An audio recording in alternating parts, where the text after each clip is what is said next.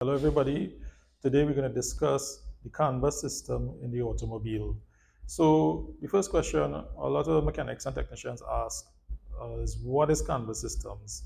So, CAN bus system is a high speed method of communication used to increase vehicle efficiency.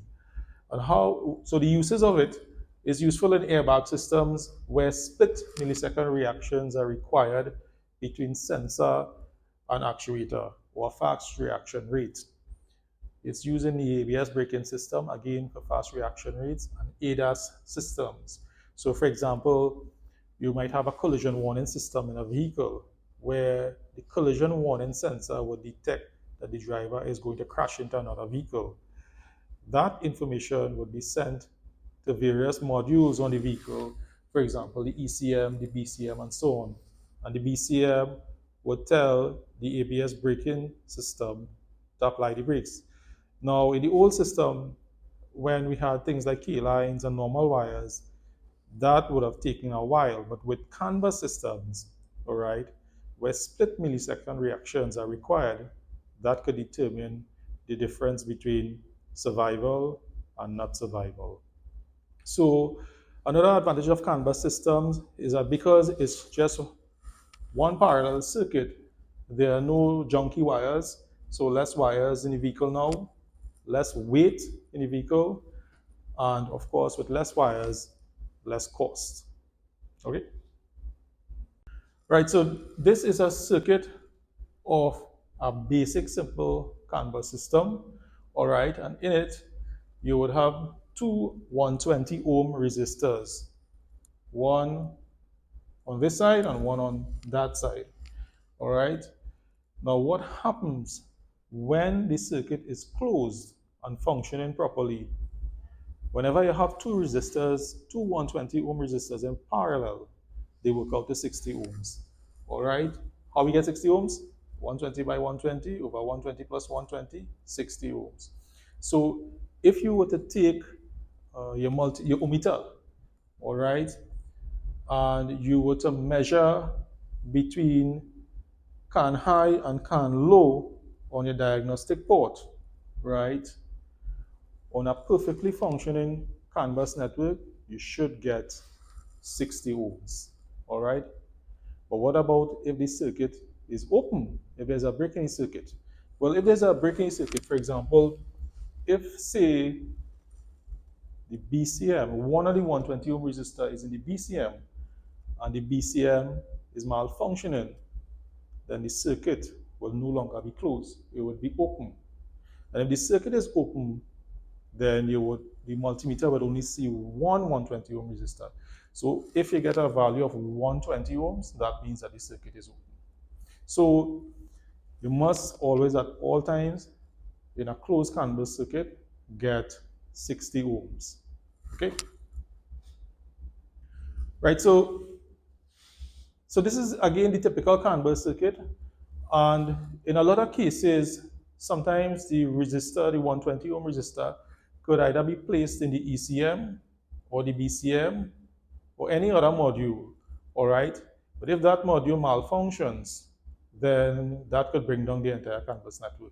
For example, in this situation here, one of the 120 ohm resistor is in the BCM, but if this BCM were to malfunction, right, the circuit will go open.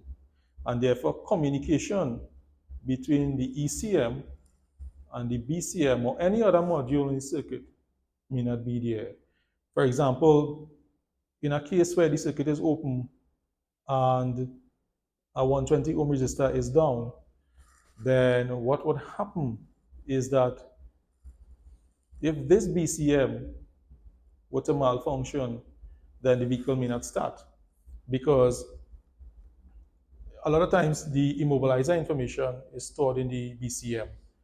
And again, if the circuit is open, that means communication between the BCM and the ECM is no longer there. And therefore, immobilizer data to and from the ECM and BCM will not happen, the vehicle will not start. Another issue we have, sometimes some ECMs or some modules, for example, the instrument cluster, could be used as a gateway. Now, a gateway is really a connection between two canvas systems. Now, for example, in a lot of vehicles now, they use the instrument panel as the gateway.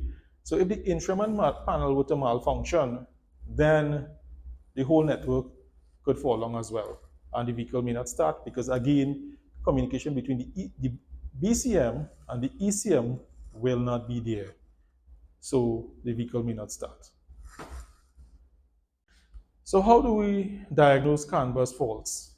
Well, in a good functioning CAN bus system, if we were to take a voltmeter, we were to measure the voltages between our CAN high and CAN low, between terminal 6, which is the CAN high, and terminal 14, which is the CAN low, then for the CAN high network, right, between terminal 6 and ground, we should get between 2.5 and 3.5 volts. It should fluctuate. If we were to take the voltmeter and measure between terminal 14 and ground, it should fluctuate between 2.5 and 1.5 volts. Okay? So if we were to use on a oscilloscope, a picoscope, then we would connect one channel to CAN high and ground and one channel to CAN low and ground. Terminal 6 and terminal 14 of the OB port. And what we should see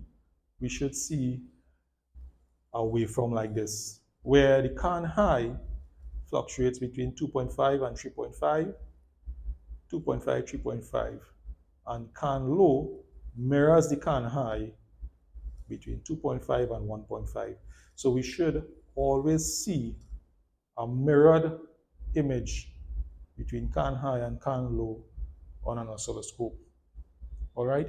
So, and of course, the voltages must be between 3.5 and 1.5.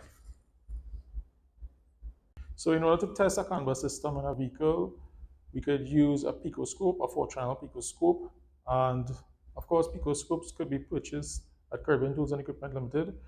Feel free to give us a call at 684-5631 and we could hook you up. Right, so we're going to connect the picoscope to the CAN bus system and test it. Right, so we have connected the picoscope to the CAN bus system.